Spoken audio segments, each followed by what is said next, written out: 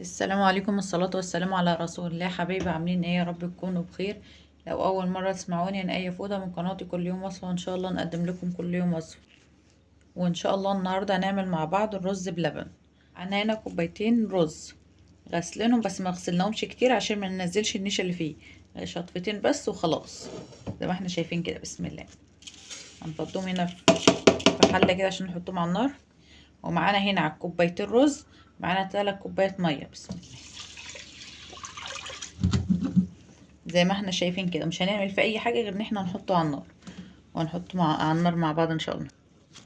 زي ما احنا شايفين مع بعض حطينا الرز على النار بالثلاث كوبايتين رز والثلاث كوبايات ميه، وهنحطهم وهنسيبهم على النار لحد ما يغلي، وبعدين نهدي النار عليه لحد ما يتشرب خالص الميه ويستوي، وهنرجع مع بعض نشوف ان شاء الله. وزي ما احنا شايفين كده معانا دلوقتي علبة لبن، يعني حوالي 2 كيلو لبن، وحطيناهم يغلوا على النار. وهنا الرز اتشرب وقلبناه وهدينا النار خالص زي ما احنا شايفين كده مع بعض. وهنسيب اللبن يغلي ونرجع نشوف هنعمل ايه مع بعض. شايفين مع بعض كده الرز اتشرب المية خالص، ومعانا اللبن هنا غلي. بسم الله. هننزل بالرز في اللبن. بسم الله. بجد الخطوه دي بتفرق جدا عن ان انت تحطي الرز في اللبن من الاول كده. بعد ما حطينا الرز في اللبن هنقلبه كده الاول. معانا هنا كوبايه ونص سكر، والسكر ده على حسب التحليه. بسم الله. على حسب انت بتحبي سكره عامل ازاي. انا بحب على الكميه دي كوبايه ونص معايا كويسين جدا من السكر. وهنسيبه على نار وسط 5 دقايق لحد ما نجهز بقيه الحاجات اللي هنحطها مع بعض.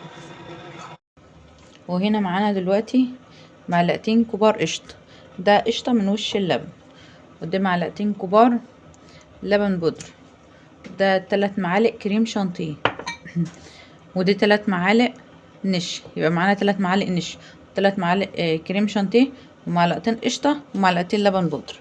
دي ان شاء الله الحاجات اللي هتنقل معانا الرز بلبن في حته تانية خالص. اول حاجه هنحط القشطه.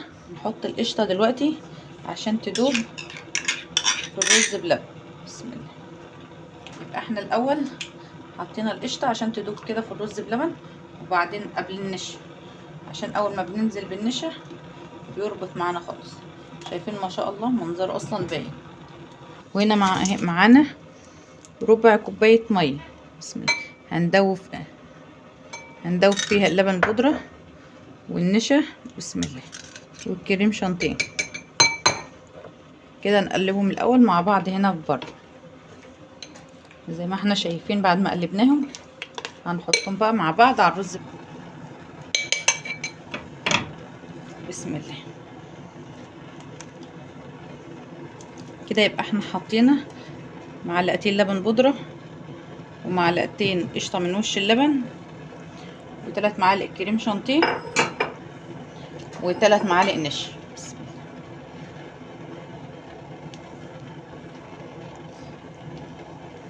وبجد ضروري يبقى تحطي فيه الكريم شانتيه. لو ما عندكيش السايب حطي كيس، بيخلي الرز بلبن بتاعك يروح في حته تانية خالص. ما بتاكليش رز بلبن عادي، ده احلى كمان من بتاع المحلات اللي بتاكليه من بره.